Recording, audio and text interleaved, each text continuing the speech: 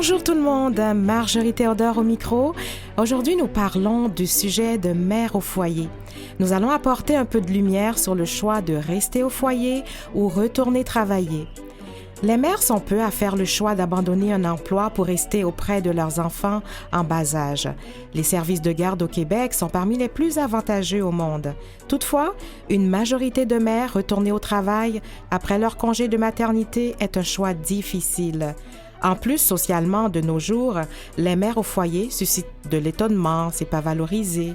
Or, nombre de mères qui font le choix de rester à la maison y trouvent un cadre d'épanouissement, mais leur choix est rarement dépourvu de tiraillements. En première partie d'émission, je reçois Émilie Girard, infirmière et enseignante au collège, et en deuxième partie, Annie Cloutier, sociologue de la famille et enseignante au cégep Garneau. Ma première invitée, Émilie Girard, est mère de 2 garçons, 3 ans et 1 an. Elle n'est pas retournée travailler depuis la naissance du premier et compte étirer son congé non rémunéré le plus possible. Son dilemme, si elle ne retourne pas au travail en 2022, elle perd sa licence de pratique, ce qui l'obligerait, au moment où elle voudrait retourner en milieu hospitalier, à faire une mise à niveau. En plus, sa profession d'infirmière est particulièrement en demande en cette époque, comme on le sait, ce qui exacerbe son tiraillement entre rester auprès de ses enfants ou retourner travailler. Bonjour, Madame Girard, bienvenue à Vivement les femmes. Bonjour, merci de m'accueillir. Je suis très heureuse que vous ayez accepté de venir témoigner de votre expérience, surtout sur un sujet qui ne fait pas toujours l'unanimité. Donc, on apprécie fortement. Alors, Madame Girard, pouvez-vous me dire quelle est votre situation familiale actuellement? Donc, c'est ça, je suis maman à la maison. Mon dernier congé de maternité vient de se terminer, mais j'ai décidé de le prolonger là, sans solde le plus possible. Et mon conjoint est avec moi à la maison. On a nos 2 garçons là, de 3 ans et 1 an avec nous. OK. Lorsque votre aîné, à la naissance de votre aîné, quelle était à ce moment-là la situation professionnelle? À ce moment-là, moi, je suis infirmière clinicienne. J'ai étudié 3 ans au cégep, puis ensuite, j'ai fait un bac de 2 ans. Et j'ai travaillé longtemps quand même en milieu sous CLSC. J'ai travaillé même dans le Grand Nord. Et après, j'ai été enseignante, c'est au collège. Donc, j'enseigne aux futures infirmières. C'est ça que je faisais depuis les 4 dernières années avant la naissance de mon garçon. Et puis, quand mon garçon est né, ça a été pour moi un peu... j'avais pas nécessairement imaginé ça, de m'arrêter longtemps parce que je m'accomplissais beaucoup dans mon travail, mais ça a été comme une transformation pour moi de devenir maman, puis j'ai vraiment vu que je pouvais m'épanouir de cette façon-là. Ah non, j'en doute pas. Puis qu'est-ce que ça vous apporte d'être mère au foyer? Ça apporte beaucoup de choses. On valorise beaucoup les valeurs familiales à la maison. Puis pour moi, je trouve ça très gratifiant d'être présente pour mes garçons puis d'être témoin à tous les jours de leur développement cognitif, affectif, social et tout ça, de pouvoir les voir grandir puis de savoir aussi qu'on crée un lien d'attachement solide. Il y a un grand lien de confiance qui s'établit entre nous. Ça, c'est très, très... c'est très, très fort pour moi. Aussi de voir même avec la fratrie, justement, d'être témoin des 2 frères, comment ils peuvent développer quelque chose, un lien unique, je trouve, du fait de se côtoyer comme ça vraiment à tous les jours et pas d'être chacun dans leur groupe de garderie, là, si on veut. Donc ça, c'est quelque chose de très, très important pour moi. Puis je trouve du bonheur dans les petites choses simples de la vie. Des fois, on dirait que quand on est pris un peu dans la routine métro, boulot, dodo, on prend moins le temps d'apprécier les choses plus simples. Fait que toutes les activités qu'on peut faire aussi simples que de faire notre pain ou cultiver notre potager, jouer ensemble, puis s'émerveiller. Juste ça, pour moi, ça m'apporte un grand bonheur. Là. Ouais. En effet, c'est très gratifiant. Et puis, dans ça, qu'est-ce que vous direz qui est moins... comme c'est très gratifiant ce que vous nous dites, mais quelles ont été les difficultés? Qu'est-ce que vous pourriez nommer comme difficulté en étant mère au foyer? Oui, bien, les difficultés, c'est certain qu'il y en a. C'est pas rose tous les jours. Il y a des journées qu'on remet tout ça en question. Oui. Des fois, il y a des journées que ça fonctionne un peu moins bien avec les enfants quand ils sont fatigués, par exemple. Mais les plus gros défis, c'est d'arriver à trouver l'équilibre. Je pense, c'est certain qu'on a peut-être si on veut avoir du social, c'est pas par le travail que ça se fait. Donc, il faut un peu travailler pour rencontrer d'autres mamans, par exemple, qui ont des enfants à la maison, des choses comme ça. Fait que ça, c'est un aspect de trouver un peu de temps pour soi aussi. Mais c'est certain quand on a la chance des fois d'avoir des membres de la famille là, qui peuvent nous donner un bon coup de main à côté, ça nous permet d'avoir des petites pauses aussi parce qu'on a besoin de petites pauses mentales de temps en temps pour prendre soin de soi puis pour réaliser d'autres projets. Là, c'est ça. Donc, ça, c'est un des défis que je dirais. Pour moi, c'est le principal défi, là, d'arriver à trouver cet équilibre-là, particulièrement en temps de pandémie où c'est plus difficile quand on est confiné et on n'a pas aussi facilement accès à notre réseau autour et tout. Donc, pour moi, c'est le principal défi. Ouais. Ça ajoute des difficultés.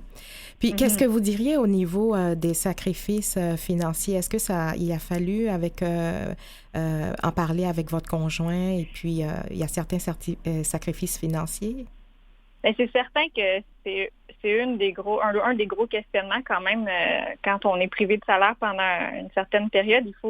C'est quelque chose pour nous qui c'est quand même planifié dans le sens où on a eu nos enfants un petit peu plus tard, dans le début trentaine, alors qu'on n'était pas au début de nos carrières professionnelles. Ça fait qu'on avait réussi à mettre un peu des économies de côté. Donc, on a un certain coussin pour pouvoir se permettre cette latitude-là, que je reste à la maison. Mais c'est aussi une question de choix, je pense, puis c'est pas pour tout le monde. Mais nous, par exemple, on a choisi d'avoir une seule voiture. On privilégie des activités qui sont moins onéreuses, là, comme par exemple, on aime beaucoup faire des activités en plein air. Ça coûte pas cher, mais il faut aussi s'adapter.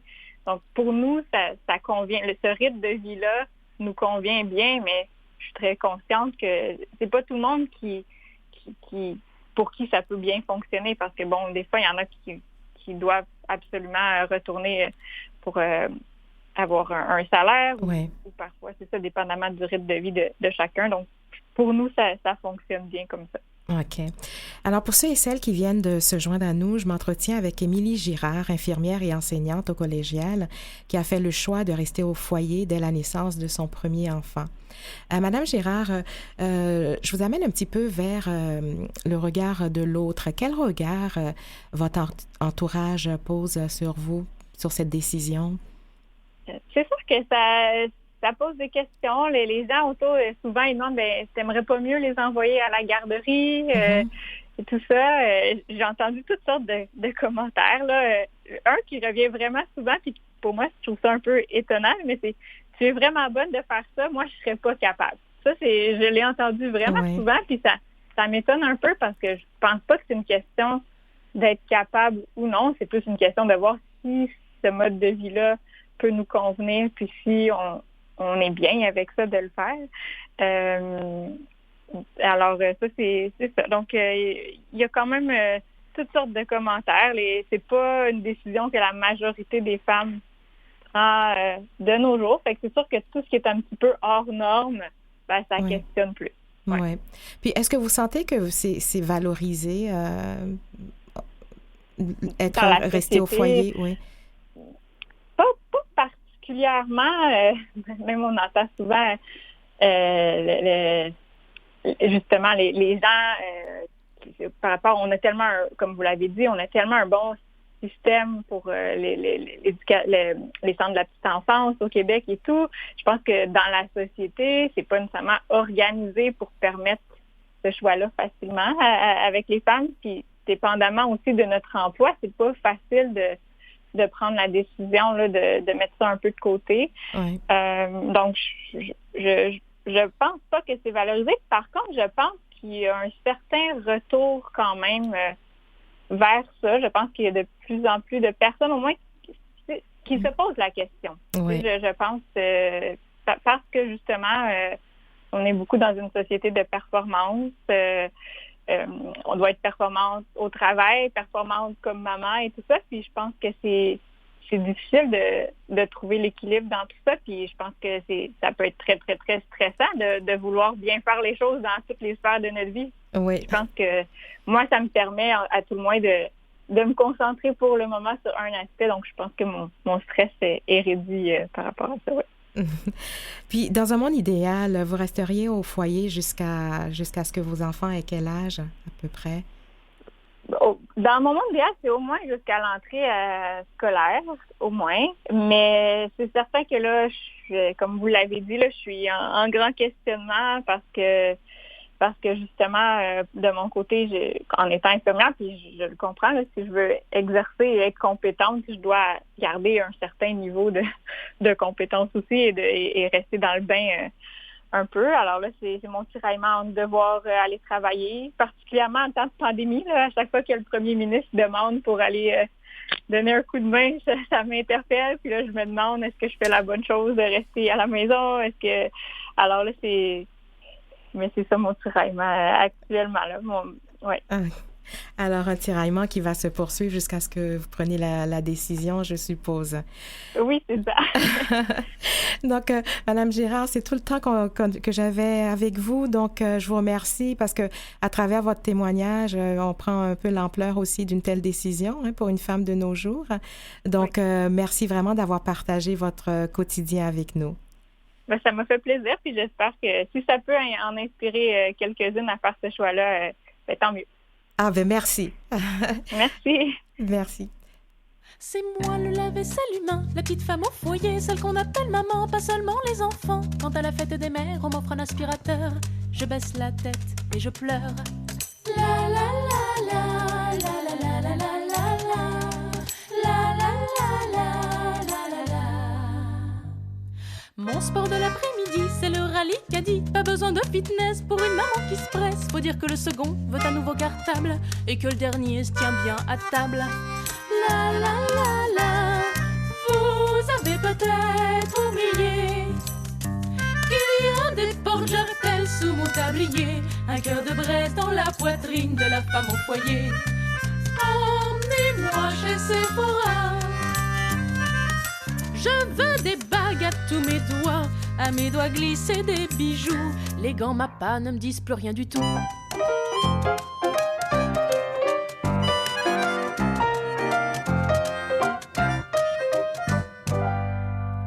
C'est moi qu'on réveille la nuit quand on fait des cauchemars. Quelque chose t'ennuie, tu as mal quelque part. Je suis les bras qui sauvent du petit chagrin, du noir sous le lit, du monstre et du martien. La la la la.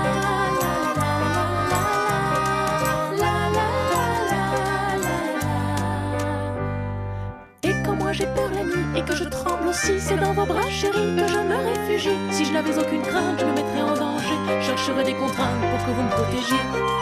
La la la la, vous avez peut-être oublié qu'il y a des portes jartelles sous mon tablier, un cœur de braise dans la poitrine de la femme au foyer. Emmenez-moi au 7e ciel. Priez-moi que je suis belle. Et surtout n'oubliez pas les bijoux. Les colliers de pâte ne me plaisent plus du tout.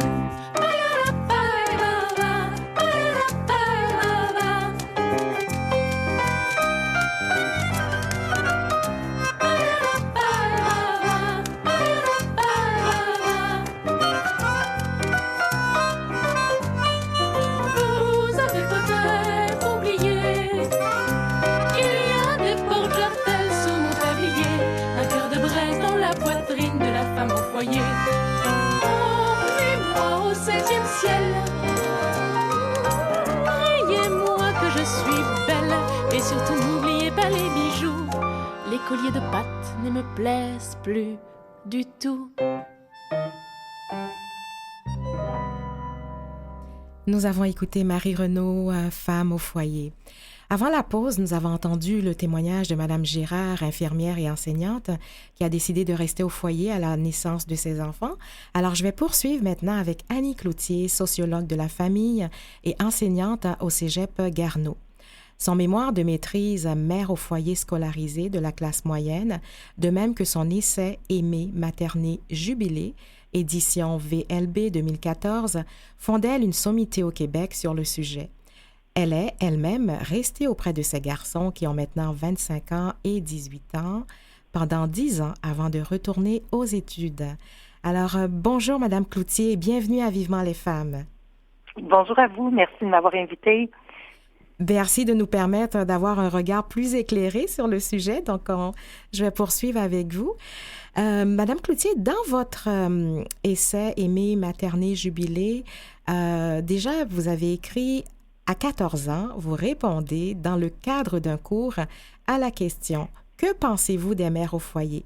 Vous répondez « Je suis absolument pour la mère au foyer dans la mesure où cet état résulte d'une décision strictement personnelle. C'est une occupation comme une autre et si la femme préfère rester au foyer, eh bien qu'elle le fasse sans avoir peur de passer pour une demeurée. » Donc, c'est tout de même une affirmation convaincue pour une femme, une jeune fille de 14 ans. Donc, déjà très jeune, vous aviez vos convictions. Parlez-nous-en. Oui, en 1987. Ah, wow, ça fait longtemps. Oui. Oui. Alors, donc, vous étiez déjà convaincue du choix pour les femmes au foyer. Ben apparemment, donc en fait la question dans les années 80, moi j'ai été vraiment la fille de femmes baby boomers, des femmes qui ont ma mère comme les femmes de sa génération, là, les femmes qui ont fait advenir le féminisme au Québec, puis qui ont beaucoup insisté pour que leurs enfants, elles-mêmes et leurs enfants travaillent contre rémunération, en plus d'élever des enfants et qu'elles soient pas seulement femmes au foyer. Donc moi la question m'était posée par des professeurs dans le fond qui voulait peut-être un peu nous faire dire que, au fond, c'était peut-être mieux de travailler si on voulait être indépendante comme femme, etc. Et moi, je ne sais pas si j'étais consciente en répondant ça, là, je n'ai que le devoir devant moi que j'ai conservé toutes ces années-là. Ma réflexion profonde, apparemment, c'était que ça devrait quand même relever d'un choix et que si on voulait être proche de ses enfants, on devrait pouvoir l'être. Donc, je trouve ça vraiment fascinant de penser qu'effectivement, c'est une pensée qui est en moi depuis longtemps.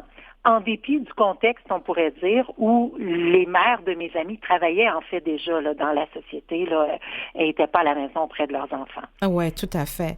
En début d'émission, vous avez entendu les témoignages de notre invitée, Mme Émilie Girard, qui parlait aussi de cette énorme difficulté là, pour une femme de prendre la décision de rester au foyer, le tiraillement que vit. Qu'est-ce que ça résonne en vous? Ben, en fait, d'abord, quand j'entends le choix de femmes qui sont plus jeunes que moi, donc de jeunes femmes qui continuent de prendre cette décision-là, ben, on est toujours un peu comme ça humainement. Là, on est ravis, au fond, que on va dire, entre guillemets, la profession oui. Intéresse encore des jeunes mères, qu'il y a encore des gens dans notre société qui voient l'intérêt d'adopter ce mode de vie-là pour toutes sortes de raisons. Puis les raisons qu'a évoquées Mme Girard, ben, je les reconnais beaucoup. Donc, moi, il y a déjà une douzaine d'années maintenant, j'ai donc, pour faire mon mémoire de maîtrise, interrogé une dizaine de mères au foyer qui étaient dans la même situation socio-économique que Mme Girard, c'est-à-dire scolarisées puis en bonne santé financière, qui avaient aussi décidé là, donc d'être à la maison pendant quelques années. Puis leur parcours de vie et leurs histoires, leur raison d'être à la maison ressemblait encore beaucoup à celle de Mme Girard. Donc, pour se donner une qualité de vie, pour voir grandir ses enfants, pour avoir droit au petit bonheur du quotidien. Souvent, bon, évidemment, moi, je les interrogeais plus longuement là, que dans le cadre d'une entrevue radio. Donc, ce qui ressortait beaucoup aussi, c'était l'idée là, d'offrir un espace de bien-être à tous les membres de la famille. C'était souvent vu aussi comme un choix qui pouvait aider le couple. C'était peut-être pas la raison première de le faire, qui était plus centrée sur les enfants souvent, mais par la bande, le choix d'être à la maison, puis du fait qu'il y ait un conjoint qui est plus détendu, on pourrait dire qu'il est moins dans la course folle, mais ça donnait du temps, de l'énergie, de la lumière à tous les membres de la famille. Il y avait beaucoup aussi de considérations, pas pour tout le monde, mais pour beaucoup de personnes. Il y a des considérations environnementales, sociales qui sont là-dedans. Puis je le voyais peut-être un petit peu là dans le témoignage de Mme Girard qui a pas eu le temps de développer, mais quand on dit de faire son jardin, par exemple, c'est des choses qu'on peut pas nécessairement faire quand on travaille tout le temps. Donc, être à la maison, pour certaines personnes, ça va être une façon, donc justement, là, d'être actif sur le plan environnemental, soit en jardinant ou en se déplaçant avec des moyens qui sont plus lents, par exemple à pied ou en vélo ou en transport en commun. Ça va être une possibilité aussi de faire du bénévolat ou de s'impliquer politiquement pour des enjeux qui concernent notre quartier, par exemple, toutes les choses qui sont beaucoup plus difficiles à faire quand on concilie travail rémunéré et famille. Ah oui. Puis, dans votre livre, vous avez parlé du séjour en Allemagne dans une famille où la mère avait fait le choix de rester au foyer. Et puis, vous dites aussi également que cela a eu un impact sur votre propre choix. Pouvez-vous nous dire pourquoi? Parce que vous l'avez vécu, oui. Oui, ben donc quand j'avais 15-16 ans, j'ai fait un échange étudiant en Allemagne et j'ai donc été accueillie dans une famille dont la mère était effectivement à la maison. Elle était professeure de flûte traversière et elle donnait des cours privés à la maison, mais disons que quand je rentrais de l'école, du secondaire, là, donc j'étais en secondaire 5 là-bas, elle nous accueillait l'après-midi avec le thé, donc c'est très nord-européen là, comme façon de faire, avec des petits biscuits, puis elle nous questionnait, ma sœur d'accueil et moi, sur la journée qu'on avait passée. Et moi, j'avais pas du tout connu ça. Depuis que je suis née, ma mère travaillait à l'extérieur. Puis longtemps, j'ai eu une gardienne à la maison. Puis plus tard, je rentrais, on appelait ça à l'époque les enfants avec la clé autour du cou. Donc, il n'y avait pas encore de service de garde à l'école. Puis on rentrait de la maison, on s'organisait comme on pouvait, ma sœur et moi. Et donc, ça m'a beaucoup impressionnée, je crois. Impressionnée. Puis je pense que j'ai gardé beaucoup ce modèle-là en tête, un peu à mon insu, sans m'en rendre compte, jusqu'au moment où j'ai eu des enfants qui étaient finalement pas beaucoup plus tard, puisque j'ai eu mes enfants dans la vingtaine, donc quelques années plus tard. Puis ça s'est adonné aussi que mon conjoint est lui aussi nord-européen, donc néerlandais. Okay. Et donc à cette époque-là, j'ai habité dans son pays à lui, aux Pays-Bas. Et le même mode de vie est adopté par plusieurs femmes autour de moi, donc mes belles-sœurs, mes voisines, plusieurs personnes, plusieurs femmes là-bas dans ces années-là, la fin des années 90, travaillaient à semi-temps plein, par exemple, une vingtaine d'heures par semaine.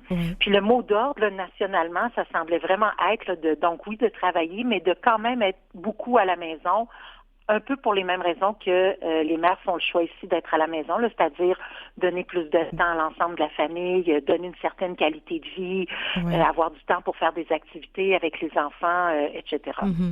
Puis, est-ce que au Québec, est-ce qu'on a une idée de la proportion des femmes qui font le choix de rester au foyer? Oui, donc ça semble, on a une vague idée, je dirais, parce que c'est un sujet qui non seulement est assez tabou dans les milieux universitaires, mais qui est aussi vraiment très mal étudié. Donc, a priori, ça semble être assez stable depuis quelques décennies. Là, ça tourne autour de 80% de mères qui travaillent, donc environ, je dirais, pour dire un chiffre conservateur, parce que je suis pas certaine des dernières données, parce qu'il y en a très peu, je dirais entre 15 et 20% des mères qui ont des jeunes enfants en bas âge sont à la maison. Puis dans ce chiffre-là, il y a une certaine représentation de certaines femmes immigrantes, pas toutes, bien entendu, puis il y a une certaine représentation aussi de certaines mères adolescentes, donc très jeunes. Mais c'est pas la majorité, étant donné qu'il y a beaucoup de mères de la classe moyenne dans la société, puis de mères de classe moyenne non immigrantes, elles sont aussi, bien sûr, fortement représentées dans ce pourcentage-là. Est-ce que vous diriez que selon certaines cultures, c'est mieux vu que d'autres? Absolument.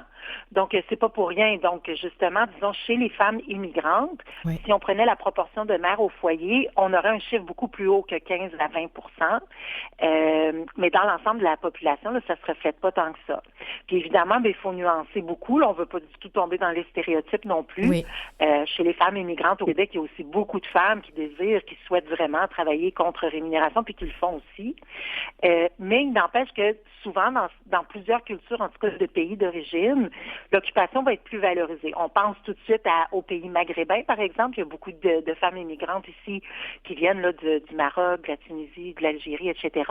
Mais on oublie parfois aussi que dans plusieurs pays européens, donc occidentaux, il y a aussi, c'est beaucoup aussi plus valorisé.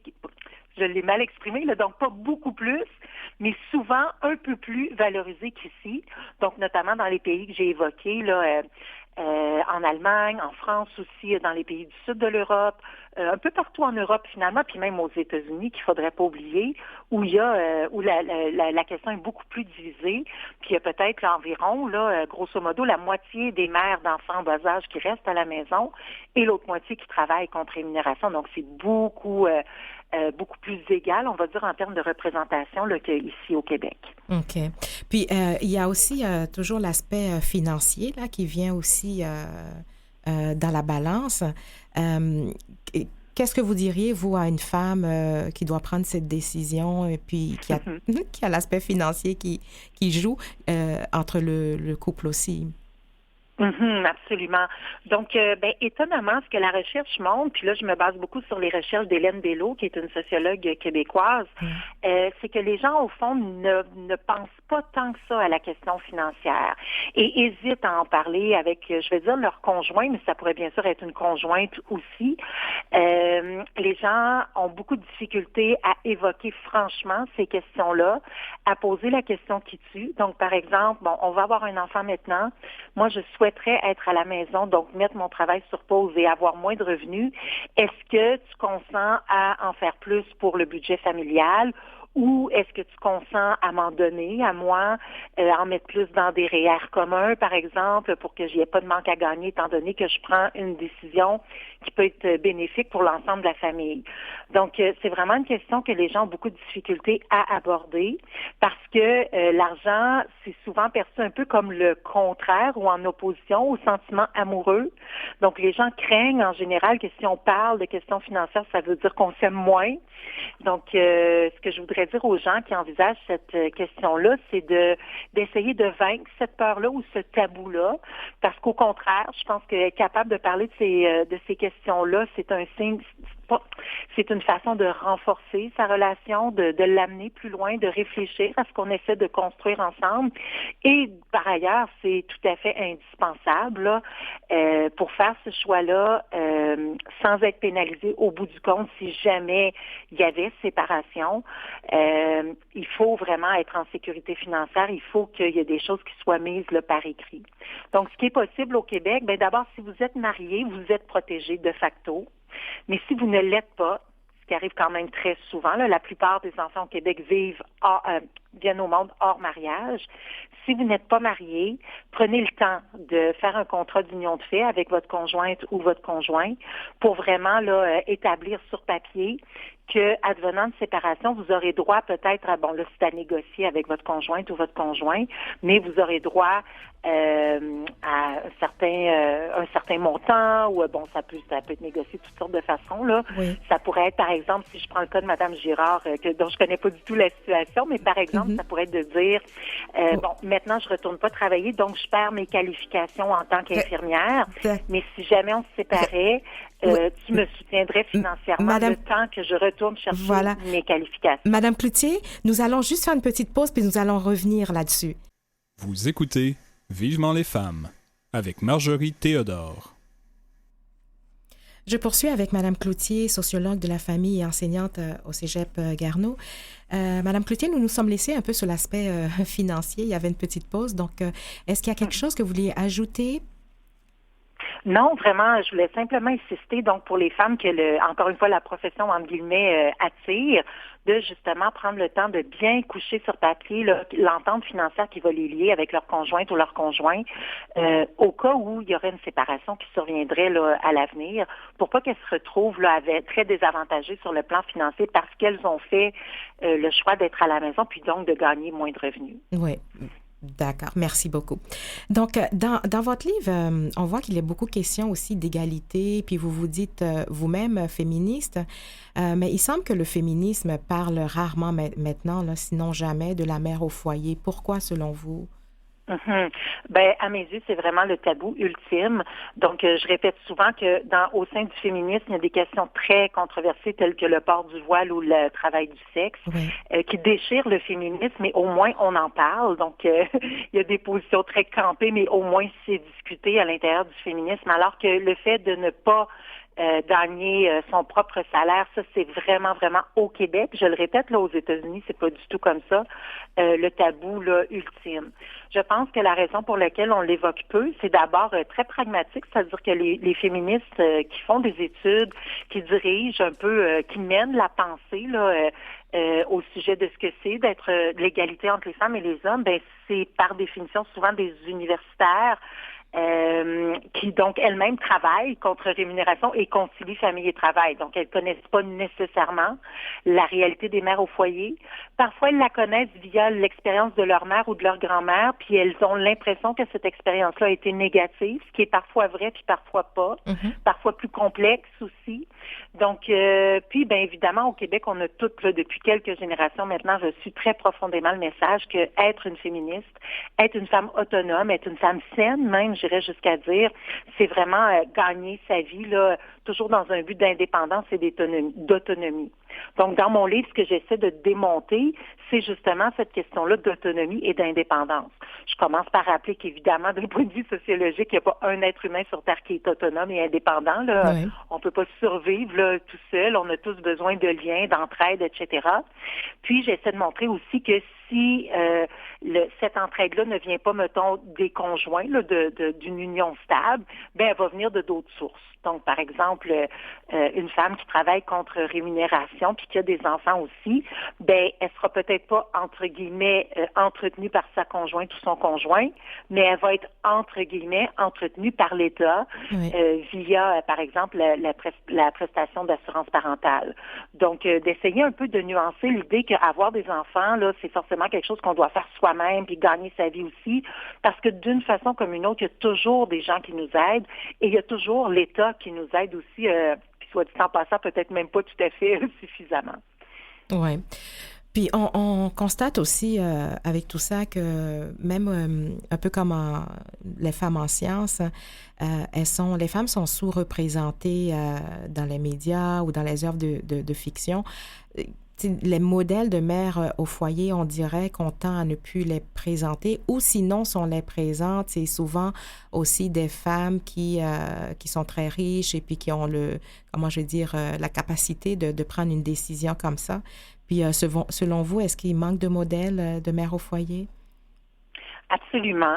Je pense aussi que aujourd'hui, on pourrait plus, en fait, l'expression mère au foyer aussi est à moderniser. Donc, je dis pas qu'il faudrait nécessairement changer les mots, mais ce qui vient à l'esprit des gens, c'est souvent donc la mère au foyer des années 50, habillée dans des tons pastels, avec des chaussures à talons, qui va se mettre du rouge à lèvres là, à 5 heures avant que son mari rentre à la maison. Oui. Donc, bien évidemment, dans le contexte du Québec de 2022, ça fonctionne pas du tout, là, c'est pas du tout ça. Puis comme vous dites, l'autre modèle qu'on a, ça va être celui de, je sais pas si les auditrices et auditeurs vont se rappeler de Desperate Housewives. Là, oui, bien sûr. Donc, ce modèle-là que vous évoquiez un peu, là, c'est-à-dire de femmes très riches là, qui ont non seulement sont à la maison, mais s'occupent même pas nécessairement de leurs enfants puisqu'elles ont aussi des nounous pour s'en occuper. Donc, je pense que le modèle est vraiment à moderniser d'abord. De nos jours, il faut vraiment parler là, de parents au foyer. Je pense que c'est devenu incontournable. Les pères aussi peuvent être à la maison. C'est un choix qui concerne vraiment le couple.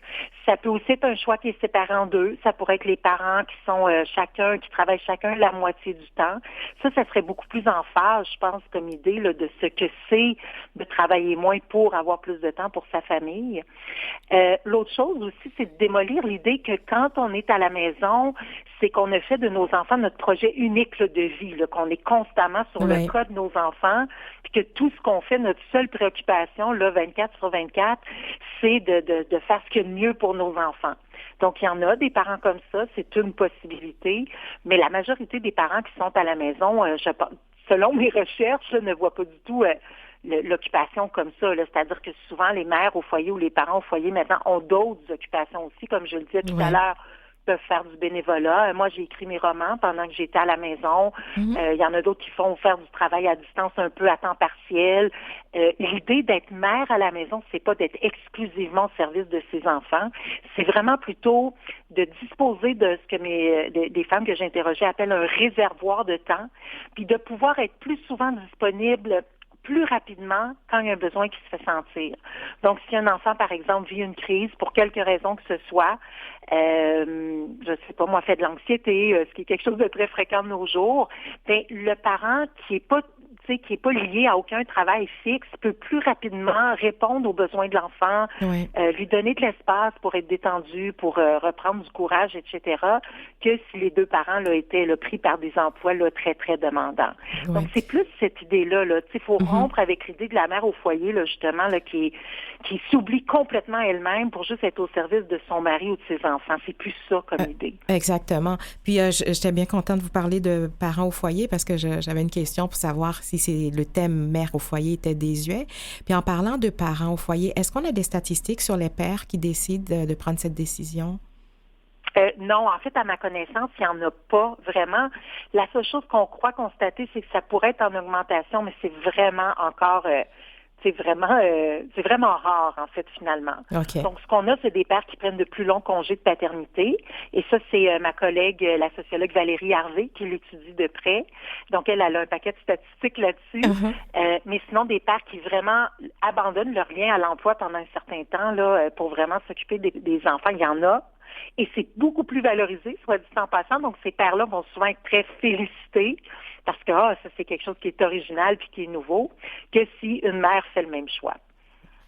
Puis, est-ce qu'au Québec, parce qu'on sait qu'on a un réseau de CPE qui est le meilleur au monde, là, c'est ce qu'on voit. Oui. Est-ce que ça a un effet pervers, comme de pousser les femmes à retourner travailler, même si elles ont envie d'être mères au foyer?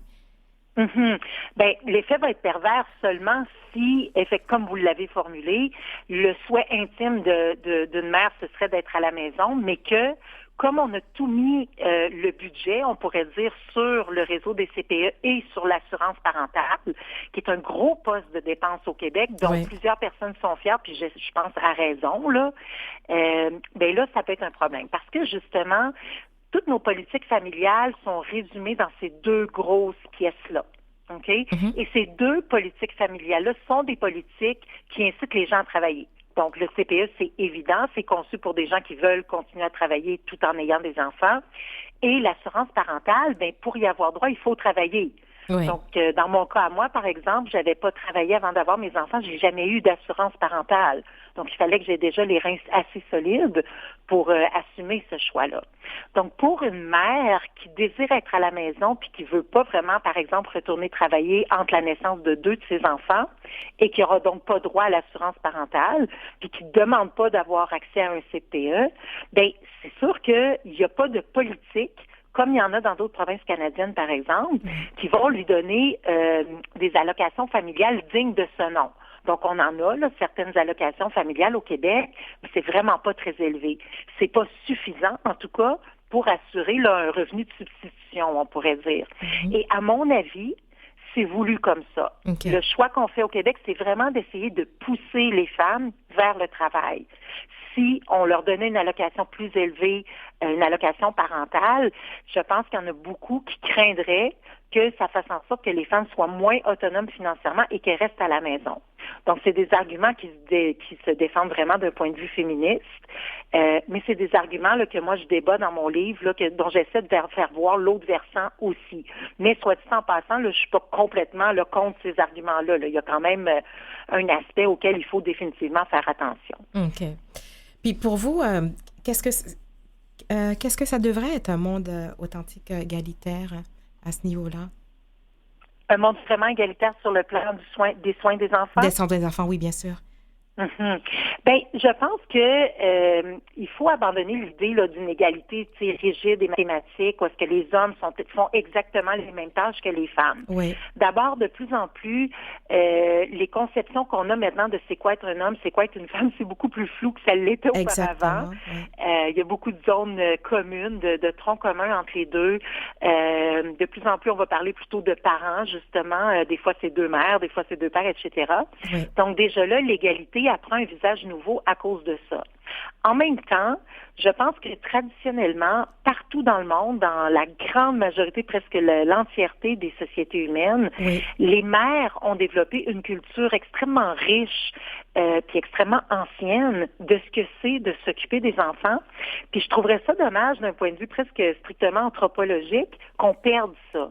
Donc, l'idée que je veux transmettre ici, c'est que oui, tous les êtres humains peuvent être des bons parents puis bien s'occuper des enfants, ça fait pas l'ombre d'un doute.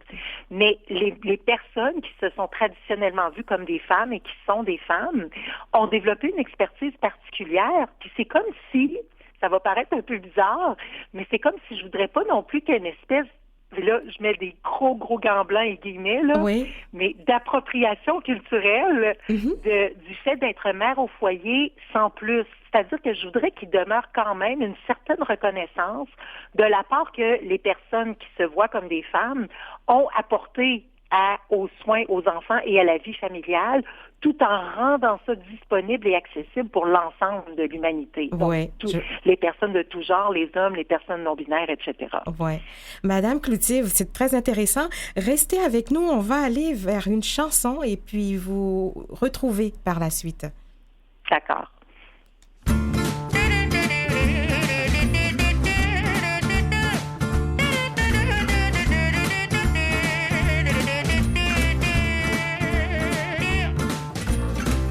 Donnez-moi une suite au Ritz, je n'en veux pas. Des bijoux de chez Chanel, je n'en veux pas. Donnez-moi une limousine, j'en ferai quoi? Offrez-moi du personnel, j'en ferai quoi? Un manoir à Neuchâtel, ce n'est pas pour moi. Offrez-moi la tour Eiffel, j'en ferai quoi?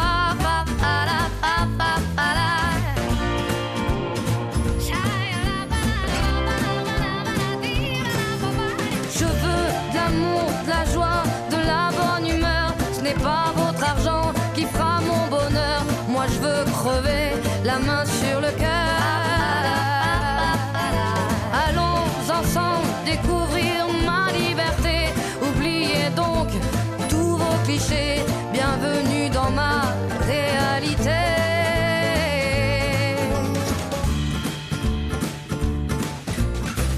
J'en ai marre de vos bonnes manières, c'est trop pour moi. Moi je mange avec les mains et je suis comme ça. Je parle fort et je suis franche, excusez-moi. Fini l'hypocrisie, moi, je me casse de là. J'en ai marre des lampes de bois. Regardez-moi, de toute manière je vous en veux pas. Et je suis comme ça. Je suis comme ça.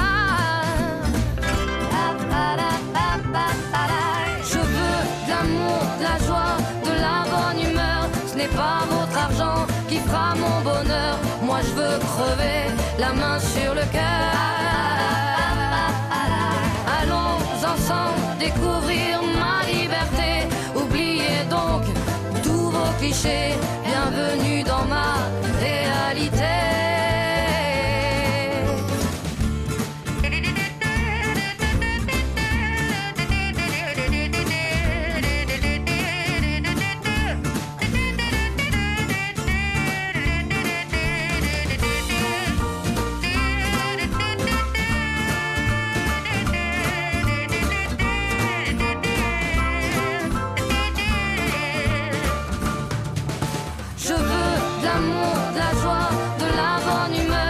Pas votre argent qui fera mon bonheur. Moi je veux crever la main sur le cœur.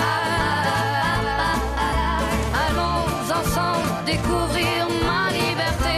Oubliez donc tous vos clichés. Bienvenue dans ma réalité. Je veux de l'amour, de la joie, de la bonne humeur. Ce n'est pas votre argent qui fera mon bonheur. Moi je veux crever la main sur le cœur. Allons ensemble découvrir ma liberté. Oubliez donc tous vos clichés. Bienvenue dans ma réalité.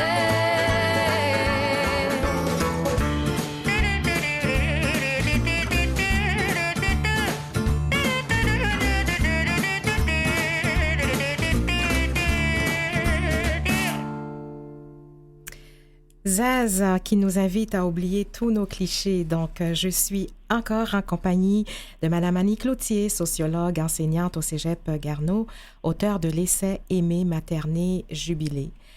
Donc, Mme Cloutier, c'est très intéressant. Je poursuis avec vous là-dessus. Je sais que vous avez parlé, j'ai lu quand même votre livre, de la déclaration de Carla Bruni. Vous en avez parlé, puis j'ai bien aimé la façon que vous l'avez amenée. J'aimerais la mentionner parce que, alors, ça avait fait des vagues sur les médias sociaux. Puis elle déclarait qu'elle n'était pas militante féministe, mais qu'elle était bourgeoise et qu'elle aimait avoir un mari et la vie de famille. Pourquoi cette déclaration a autant choqué? Pourquoi les femmes, on n'ose pas dire réellement comment que ça peut être agréable de faire un choix comme ça? Mm-hmm. Bien, d'abord, pour remettre ça en perspective, ça fait quand même plusieurs années, je crois que c'était en 2013 que Carla Bruni, qui était alors l'épouse de Nicolas Sarkozy, qui était le président français à cette époque-là, oui. Avait affirmé, je crois que c'était dans Vogue, ou un autre magazine de cette trempe-là, oui. Avait donc affirmé, comme vous venez de le dire, qu'elle n'avait pas besoin d'être une militante féministe, qu'elle préférait être bourgeoise et la vie de famille. Donc, il y avait quand même des aspects problématiques dans sa déclaration, dans le fait d'opposer, par exemple, la militance et la vie de famille. Donc, moi, personnellement, j'ai toujours allié les deux. Mm-hmm. Donc, les deux ne sont pas forcément opposés. Mm-hmm. Donc, la déclaration est un peu mal faite. Mais sur le fond, ce qui choquait tellement, c'était justement probablement cette idée-là qu'on se faisait que pour pouvoir être à la maison, d'une part, il fallait être très riche, et d'autre part, ça a été perçu aussi comme un peu une déclaration de guerre face aux féministes, parce que son mari était un homme de droite. On pensait qu'elle, forcément, Carla Bruni, prenait position à droite puis disait aux femmes, rentrez massivement à la maison. Mm-hmm. Moi, je l'ai prise plutôt telle qu'elle. Je l'ai pris en reconnaissance d'une femme qui avait à peu près mon âge, puis qui réalisait tout à coup, comme beaucoup de femmes, comme d'ailleurs Mme Girard aussi en première partie d'entrevue, ça c'est quelque chose que j'entends souvent, s'attendait pas à autant aimer être à la maison puis à autant aimer voir grandir ses enfants. Donc, moi, ce que j'entendais dans le témoignage de Carla Bruni, c'était, finalement, moi qui ai fait une carrière de mannequin, de chanteuse, etc., oui. En ce moment, ce que j'aime, c'est être à la maison. Et ça, cette partie-là de témoignage très personnel, je pense que beaucoup de féministes n'ont pas voulu l'entendre. Il y a des féministes qui disaient, par exemple, qui disaient vraiment, là, mot pour mot, dans les années 70-80, il faut faire très, très attention avec le rêve de la mère au foyer. Il faut éloigner cette tentation-là des femmes. Oui. C'est quelque chose qu'on fait miroiter devant elles, puis il faut surtout pas qu'elles succombent à cette tentation-là. Ça a beaucoup été vu comme ça. Puis encore une fois, historiquement, on peut comprendre pourquoi il y a une grande méfiance le féministe par rapport à ça. Il y a eu toute une époque où les femmes étaient très mal protégées financièrement. Oui. C'est encore le cas au Québec, soit dit en passant. Là, je le disais tout à l'heure, si vous n'êtes pas marié au Québec à l'heure actuelle, vous êtes très mal protégé. La loi devrait changer là, cette année ou l'année prochaine, mais c'est pas encore fait. Donc, c'est vrai que c'est important, c'est vrai qu'il y a des raisons de se méfier, mais ce qui est surtout important, c'est que les féministes ont toujours voulu éloigner les femmes de cette envie profonde d'avoir des enfants et de s'en occuper. Les féministes vont dire aux femmes, par exemple, oui, vous pouvez avoir des enfants, mais attention, mettez-les à la garderie. Oui. Investissez-vous pas trop dans l'amour que vous avez pour eux, parce que dans quelques années, 20 ans maximum, ils vont partir puis ils se retourneront pas, là. Oui. C'est un don que vous faites puis vous n'aurez pas de retour sur votre investissement. Mm-hmm. De nos jours, les enfants s'en vont puis ils font de leur propre famille puis ils vous remercieront pas, là. Tu sais, fait que toujours cette idée-là que vous donnez puis vous recevrez rien en retour. Faites attention. Mm-hmm. Et encore là, c'est pas tout faux. C'est vrai qu'il faut faire attention. C'est vrai que quand on est à la maison puis qu'on donne beaucoup à la maternité, il faut être capable d'en sortir aussi, puis de prévoir ça, de se dire effectivement qu'est-ce que je vais faire plus tard. Je serai pas mère au foyer toute ma vie, mes enfants vont grandir, puis ça vient tellement vite, ça vient beaucoup plus vite qu'on peut l'imaginer des fois. Donc, il faut se préparer à ça. Il faut continuer d'être active d'une certaine façon. Oui. Il y a plusieurs façons de le faire. Donc, c'est pas tout faux. Mais de là à dire qu'il faut tout simplement nier l'élan qui nous porte à aimer nos enfants puis à vouloir être près d'eux, bien là, je pense qu'il y a une autre, qu'il y a une autre marge là, qu'il ne faut pas nécessairement atteindre non plus.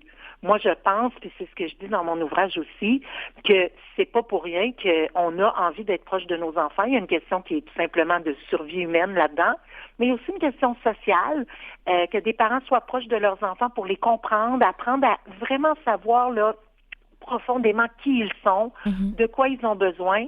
C'est un gros plus pour l'ensemble de la société parce que ça fait des enfants qui se comprennent mieux eux-mêmes.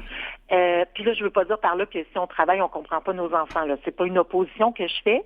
Je dis juste que quand on est à la maison, ben on est dans des meilleures conditions pour que ça se passe sereinement, en tout cas dans certains cas. Mais ça veut pas dire que c'est pas possible de le faire quand on travaille, bien sûr. Mais bref, tout ça pour dire que plus on a de la disponibilité d'esprit, du temps, de l'énergie pour bien comprendre qui sont nos enfants, bien plus ça profite non seulement à nos enfants, mais aussi à nous-mêmes parce qu'on s'épanouit dans cette relation-là et aussi à l'ensemble de la société. Oui. Et ça, il faut bien le comprendre aussi. Que c'est pas un choix strictement personnel. Oui, on le fait souvent d'abord et avant tout pour notre bien-être, celui de notre famille, de nos enfants, mais c'est un choix qui contribue activement à la société. Oui. Donc, je dirais à Mme Girard, par exemple, je comprends tout à fait son déchirement, puis j'ai bien sûr pas la réponse pour elle parce que c'est à elle d'y répondre. Être infirmière en ce moment, ça contribue de façon absolument nécessaire à la société puis de façon évidente, mais être à la maison aussi, d'une façon qui est moins évidente, mais qui est peut-être plus souterraine, plus à long terme, et qui a vraiment une valeur profonde qu'il ne faut pas nier. Mais après ça, évidemment, je ne peux pas prendre la décision à sa place. Oui. Madame Cloutier, selon vous, quels seraient les gestes là, à poser pour valoriser le choix des mères de rester à la maison? Est-ce qu'il y a des gestes? Oui, d'abord et avant tout, le nommer. Donc, nommer que ça existe, que c'est un choix qui est possible. Puis ensuite, joindre le geste à la parole. Donc, un peu mieux protéger les mères au foyer, ce que va faire la loi là, dont je parlais dans les prochains mois, mais aussi de plus nommer, par exemple, dans des campagnes de publicité, par exemple d'assurance emploi ou des trucs comme ça, là, de retour au travail, de parler à ces femmes-là à ces êtres humains-là, là, les hommes aussi. Vous êtes restés à la maison pendant telle période de temps, vous désirez vous recycler, vous désirez faire un certificat à l'université pour mettre à jour vos compétences. Bien, on a un programme qui est fait pour vous. On reconnaît que vous avez été à la maison pendant quelques années.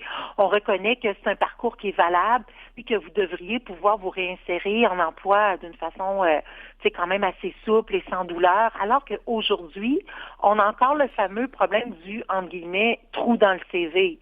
Ça, je pense que ça serait une des choses là, vraiment les plus importantes à faire, de ne plus parler dans ces termes-là, de pouvoir dire en entrevue, j'ai été à la maison pendant quelques années, ça m'a permis de développer plusieurs compétences de gestion de conflits, d'organisation de ménage, de budget, de peu importe. Et je fais un retour au travail maintenant, je suis telle ou telle formation, mais bref, de pouvoir nommer cette réalité-là comme un parcours de vie qui est tout aussi valable qu'un autre. OK. Puis, dans cette même ordre d'idée, les mesures, on entend toujours parler des mesures conciliation, travail, famille, on n'arrête pas d'en entendre. Est-ce que ce sont des vœux pieux ou qu'est-ce que vous en pensez? Non, c'est-à-dire que la conciliation famille-travail au Québec est extrêmement développée. Évidemment, ça pourrait toujours être mieux. Là. Il manque encore cruellement de place en CPE. Donc, moi, personnellement, ce que je voudrais, c'est le meilleur des deux mondes. Là. C'est-à-dire que je ne demande pas qu'on finance moins les CPE, pas du tout. Oui.